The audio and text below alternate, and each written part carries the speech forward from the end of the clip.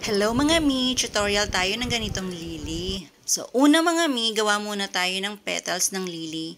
Sa mga hindi pa marunong mga mi, gayahin nyo lang to. Pwede kayong gumamit ng ibang kulay mga mi na gusto ninyo. Ako kasi, ginaya ko lang yung inspo na nakita ko, kaya white yung ginamit ko.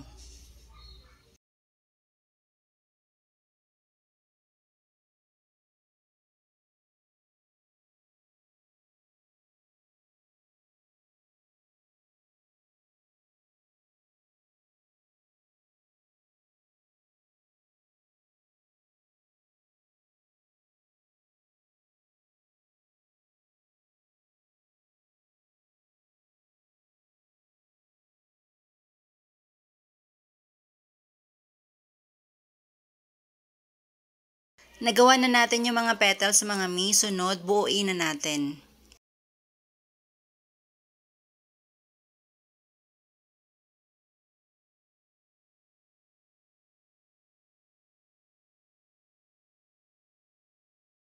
Wala kayo nung stamen ba tawag doon mga mi, pwede naman kayo gumamit ng fuzzy wire. Yan. Tapos ayusin lang natin mga mi para maporma natin, maayos natin yung forma niya. Tapos gumamit pala ako mi ng pang makeup ng bulaklak. So ayan ang ginamit ko. Binili ko lang din siya sa Shopee. Kung wala naman kayo mga mi ng makeup, okay lang naman. Pwede naman kayo gumamit ng ibang kulay ng fuzzy wire, yung may kulay na. Tapos ganyan lang mi, ganyan ko lang siya kulayan. Yan, pampaganda lang siya para maging maganda yung outcome ng bulaklak.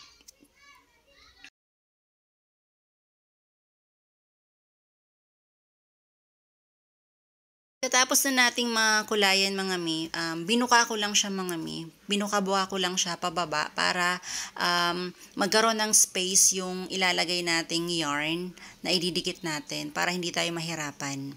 So, ayan mga mi. Sa mga nagtatanong kung ano tawag dyan, chinel yarn ba yung tawag dyan? Basta yarn siya, chinelli yarn ang i-search nyo sa Shopee. Mura lang yan mga mi at nakakaganda talaga siya sa bulaklak. Yan, nakakadagdag siya ng ganda mga mi. So, ganyan ko lang siya ikabit mga mi. Ididikit mo lang siya. Lalagyan mo lang glue. Pag nilagyan mo siya ng mga glue mga mi, manipis lang na glue. Kasi pag masyadong makapal yung glue mo, parang siya parang kumakapal. Yung may matigas-tigas kang na sa gilid. So, manipis lang mga mi. Tsaka didikit naman agad siya Kahit manipis lang yung ilagay mo. So, ganyan ko lang siya ilagay mga mi. Ganyan ko lang siya idikit. So, ayan. Basta maganda yung outcome niya mga mi.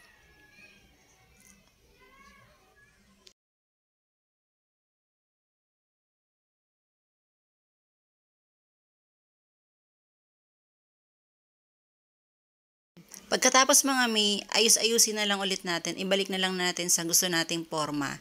Tapos, ayan, ganyan lang mga mi. Ganyan lang kadali. So, ang ganda na niyan mga mi pagkatapos. Pagkatapos mga mi, nilagyan ko na rin siya ng stick at dahon mga mi para kumpleto na, 'di ba? So, ayan lang mga mi, ganyan lang siya kadaling gawin. Tapos mga mi, kayo kung gusto nyong itry, try nyo mga mi. Kasi maganda talaga siya na combination yung lily mo, tapos lagyan mo siya ng parang floppy na na yarn na katulad niyan. O, tingnan nyo, ang ganda 'di ba mga mi? So mga mi, ayan, try nyo na.